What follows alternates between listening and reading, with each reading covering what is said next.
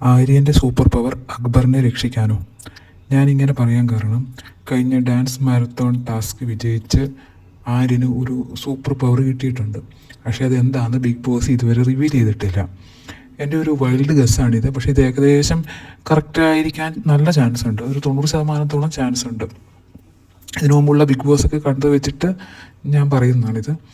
അപ്പോൾ ഇനി എൻ്റെ ഒരു തോന്നലനുസരിച്ച് ആര്യന് കിട്ടാൻ പോകുന്ന ഈ സൂപ്പർ പവർ എന്ന് പറയുന്നത്, അടുത്ത എവിക്ഷൻ ലിസ്റ്റിലുള്ള ആൾക്കാരുണ്ടാവുമല്ലോ, അതിൽ ഒരാളെ ആര്യന് സേവ് ചെയ്യാൻ പറ്റും.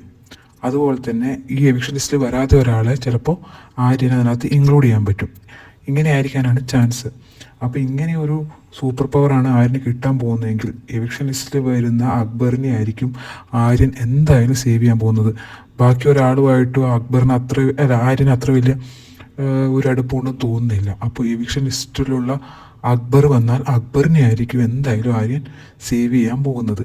പിന്നെ എവിക്ഷൻ ലിസ്റ്റിൽ വരാതെ കിടക്കുന്ന ആരെങ്കിലും ഉണ്ടെങ്കിൽ ആരെ വേണമെങ്കിലും ഇൻക്ലൂഡ് ചെയ്യാം. അതിൽ ഇന്നയാളെന്നൊന്നും ഇല്ല, ആര് വേണമെങ്കിലും നമുക്ക് പറയാൻ പറ്റില്ല. പക്ഷെ സേവ് ചെയ്യാൻ പോകുന്ന ഒരാളുണ്ടെങ്കിൽ അതെന്തായാലും അക്ബർ ആയിരിക്കും എന്ന് തന്നെയാണ് തോന്നുന്നത്.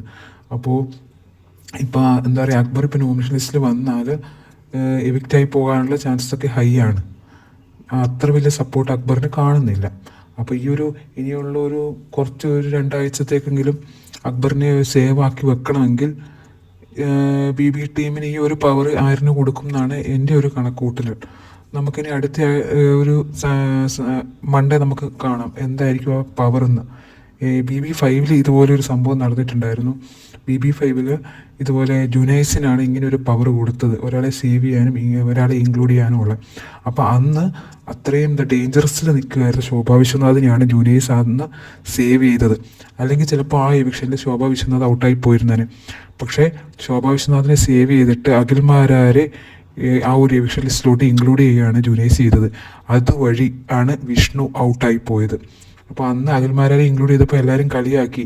കാരണം ഇത്രയും വോട്ടുള്ള ഒരാളെ ഇൻക്ലൂഡ് ചെയ്തുകൊണ്ട് ഒരു ഗെയിം ചേഞ്ച് നടക്കാൻ പോകുന്നില്ലെന്ന്. പക്ഷേ അന്ന് അഖിൽമാരെ ഇൻക്ലൂഡ് ചെയ്തുകൊണ്ടാണ് വോട്ട് സ്പ്ലിറ്റാക്കി അങ്ങനെ വിഷ്ണു ഔട്ടായി പോകുന്നത്. അപ്പോൾ അതുപോലെ